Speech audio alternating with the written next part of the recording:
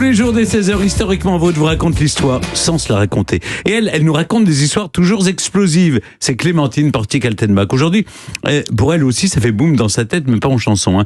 Vous nous racontez, Clémentine, l'impératrice Charlotte du Mexique qui est devenue folle à la suite, dit-on, de la mort de son mari, Maximilien, du empereur du Mexique. Oh, et là, Stéphane, ça avait commencé un petit peu avant. Et pour ceux qui l'ignoreraient, ce sont les ambitions impérialistes de Napoléon III au Mexique qui ont conduit Maximilien de Habsbourg et son épouse à aller devenir empereur et impératrice du Mexique. Il faut dire que Charlotte a pas mal poussé son mari. Ça lui plaisait l'idée de devenir impératrice. Mais il n'aura pas fallu 3 ans pour que ce rêve mexicain s'achève en eau de boudin. Et 2 ans après être devenue empereur et impératrice, le pouvoir des nouveaux empereurs et impératrices sont gravement menacés par les insurgés mexicains qui sont soutenus par les États-Unis.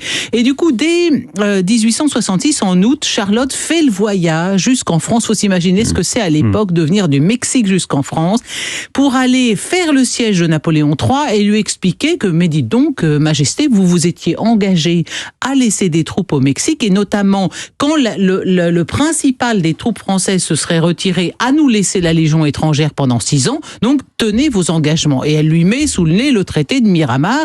Napoléon est très gêné aux entournures, parce que pour lui, l'aventure mexicaine s'est terminée, et il finit par lui avouer que l'aide ne viendra pas. Le coup est très rude pour Charlotte, parce que sans aide militaire au Mexique, son mari, ils ne peuvent pas tenir, ils vont devoir abdiquer.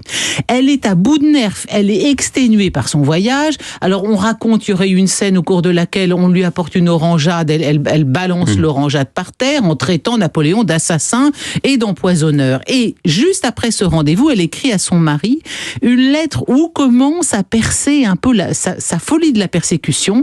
Elle éprouve pour Napoléon III une véritable haine, et elle écrit qu'il est le diable en personne. À ce moment-là, elle retourne à Trieste dans son joli petit château de Miramar, qui est une merveille où elle aurait vraiment bien fait de rester. Miramar, c'est près de Trieste, c'est dans la beauté. Vénétie, c'est côté italien, et c'est sur les bords de l'Adriatique, c'est absolument charmant. C'est très savoureux, ça vaut le détour. J'ai fait un secret d'histoire sur elle, et vous devriez regarder, parce qu'il y a les images au drone de Miramar, mais c'est vous qui pilotez le drone? Non, c'est mieux, parce que sinon on en cracherait plusieurs. En tout cas, quand elle est là-bas, tout d'un coup, sur un coup de tête, alors qu'elle est déjà très agitée, elle commence à divaguer, elle se dit qu'elle va aller voir le pape. Et si elle va voir le pape, il pourra obtenir de Napoléon III qu'il change d'avis. Alors, nouveau voyage épuisant de 8 jours jusqu'à Rome. Entre-temps, elle est prise d'une sorte de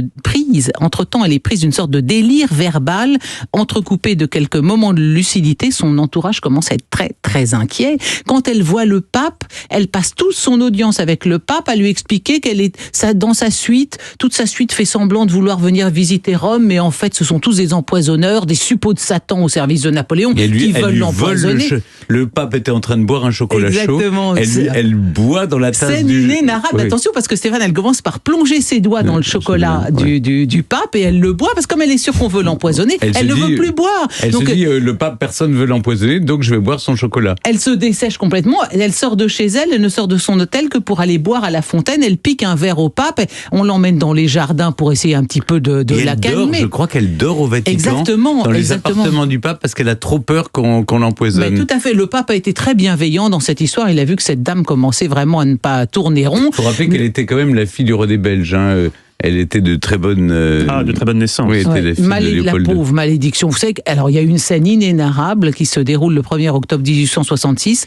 Comme elle est un peu calmée, on l'emmène visiter un couvent, et là il se déroule vraiment cette scène épique. Elle est morte de faim puisqu'elle veut plus rien manger. Elle mange des clémentines et des noix dont elle examine les épluchures et les coquilles. Mais même ça, elle a la trouille. Et du coup, elle voit une sorte de ragoût qui cuit sur une cuisinière. Elle plonge sa main dedans. Elle en retire un morceau de viande qu'elle mange goulûment. Et elle tombe dans les pommes sous l'effet de la douleur, parce qu'elle s'est évidemment horriblement brûlée. On la rapatrie à son hôtel. Quand elle revient à elle, il faut lui mettre une camisole de force. Ses nuits commencent à être absolument affreuses. Elle se promène de long en large toute la nuit. Sa femme de chambre n'en peut plus. Alors, je disais qu'elle ne veut même plus manger des fruits. Elle accepte de manger des poulets, mais il faut qu'on les tue, qu'on les cuisine, qu'on les vide, qu'on les plume sous son nez dans sa chambre pour qu'elle voit bien qu'ils n'ont pas été empoisonnés. Et donc, quand son son frère, le comte de Flandre, vient la chercher. Il a la surprise de voir des poulets attachés par la table, des poulets attachés par la patte à des fauteuils dans une chambre d'hôtel de luxe à Rome. C'est quand même quelque chose. Bon, elle a vraiment ce dont elle souffre. Les manifestations les plus criantes, c'est à la fois des moments de mégalomanie complet où elle parle de son mari en disant Maximilien, maître du monde. Enfin, elle est dans son délire et du délire de la persécution. Donc, on va l'enfermer dans son château. Sa belle-sœur viendra la chercher à Miramar et la ramènera à Bruxelles, et sa raison ne reviendra plus jamais, la malheureuse. Elle va devenir une petite dame égarée, qu'on promène comme un enfant complètement indifférent. Mais elle est morte tard, elle est morte dans les années 20 à Bouchoux. Exactement. Au château de Bouchoux en 16 janvier 1927, Stéphane, tout à fait. Elle avait 96 ans, et voilà comment mourut Charlotte, éphémère impératrice du Mexique, qui sombra dans la nuit en voulant sauver son empire et son mari, qui ne sauva aucun des deux. Il y a un très bon livre de Michel de Grès qui s'appelle L'Impératrice des Adieux. Et c'est un très beau roman, mais qui raconte puis toute son hystérie, parce qu'au fond, je pense que ça vient du fait que son mari... ne la touchez pas, vous disiez. Elle n'a pas pu, ils n'ont pas eu d'enfants. Enfin, il y en a des couples comme ça, parce que si vous prenez celle de la reine de Naples, là, pareil, elle avait un mari impuissant qui a fini quand même par accepter de se faire opérer, de lui faire un gosse. Enfin, vous opérer pour devenir puissant? Souvent, voilà, c'est ça. D'accord. Vous connaissez pas ce genre de problème, mais voyez, ce sont des choses qui arrivent. Il y en a d'autres gens qui nous écoutent, peut-être, ont des petits problèmes de frein. Voilà. Écoutez, vous restez avec nous, Clémentine. Sombrer dans la folie, c'est hélas le quotidien de Clémentine et Stéphane. Quand vient l'heure du quiz? À tout de suite.